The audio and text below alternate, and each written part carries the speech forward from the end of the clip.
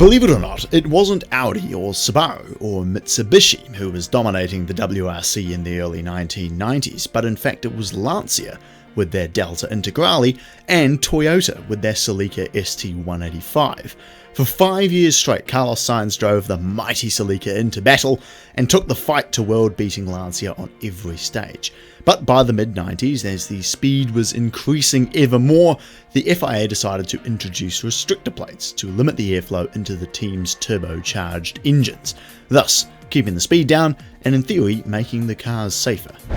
But with Subaru becoming ever more competitive after switching from the legacy platform to the nimbler Impreza platform, Toyota with their new Celica ST205 introduced one of the most genius cheats the motoring world has ever seen.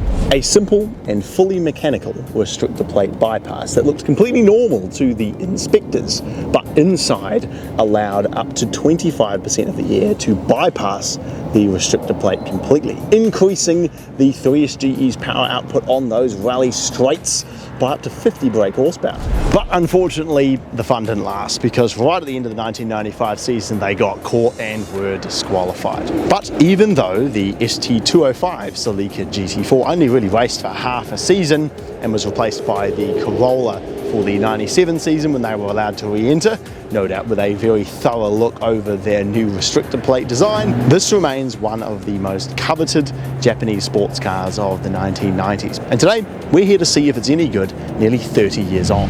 So here we are in a multi-championship winning homologation rally car. But the first question is it fast?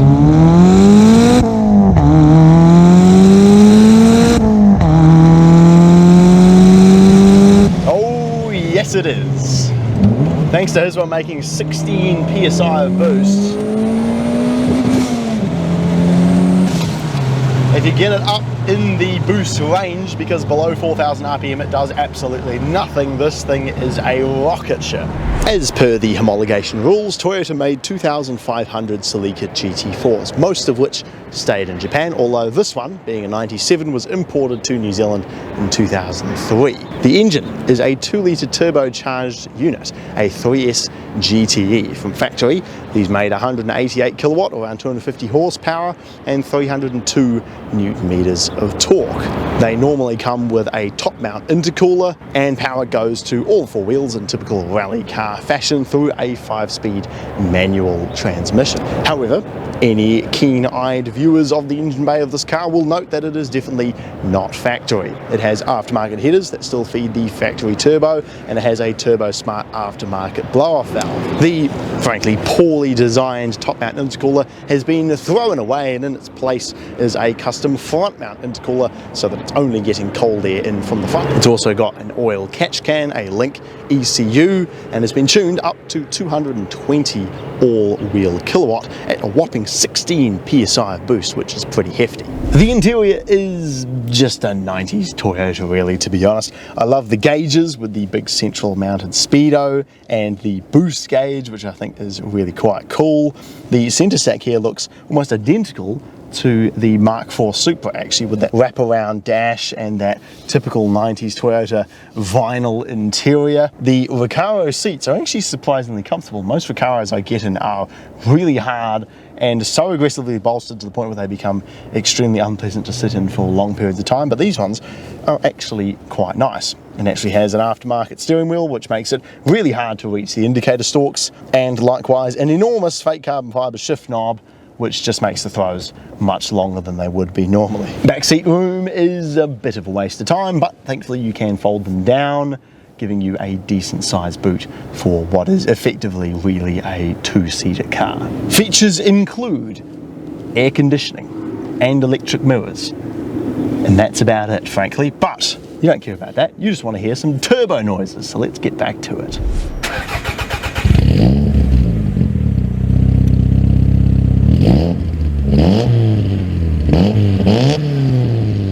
Well, here we are on what is probably the ideal proving ground for a homologation rally car.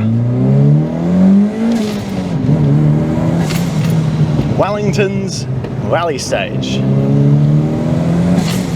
And right off the bat, you will notice that this has one of the loudest blow-off valve noises I think I've ever heard in any car. Once the boost finally builds at 4,500 RPM, you get a flurry of whooshes and various blow-off valve fluttering noises, which is something rather cool. But the good thing is, the engine still responds really well, even down to first gear. You can hear it revs up super quick. And once it hits the boost, man, it is a zippy machine. I'm surprised at how not slow the steering is for a 90s Toyota. Through these quick turns here, you only need just a little over a third of a turn to get it to turn in exactly how you want. And it makes for a really nimble driving experience. And of course, with it being four-wheel drive, it puts the power down fantastically well. It really has no issues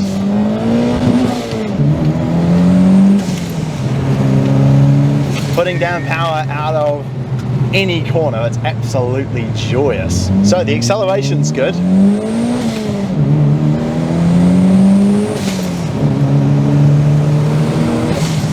And the handling is very, very good as well. Great steering, good feedback.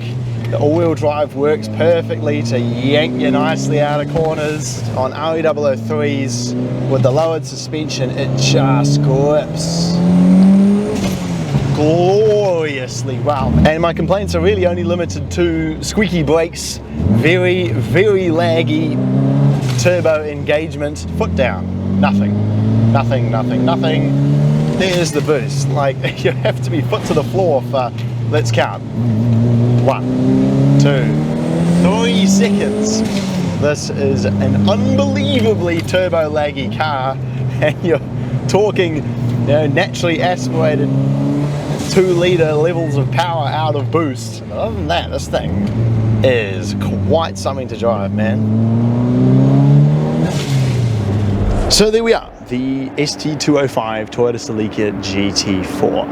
While only a footnote in Toyota's racing history, as it only raced for half a season, the road-going version is something rather special. The wide body flares, the timeless styling, the massive spoiler on the back makes for a sensational looking car, and while the interior is nothing particularly special or featuresome today, to drive it really is rather excellent.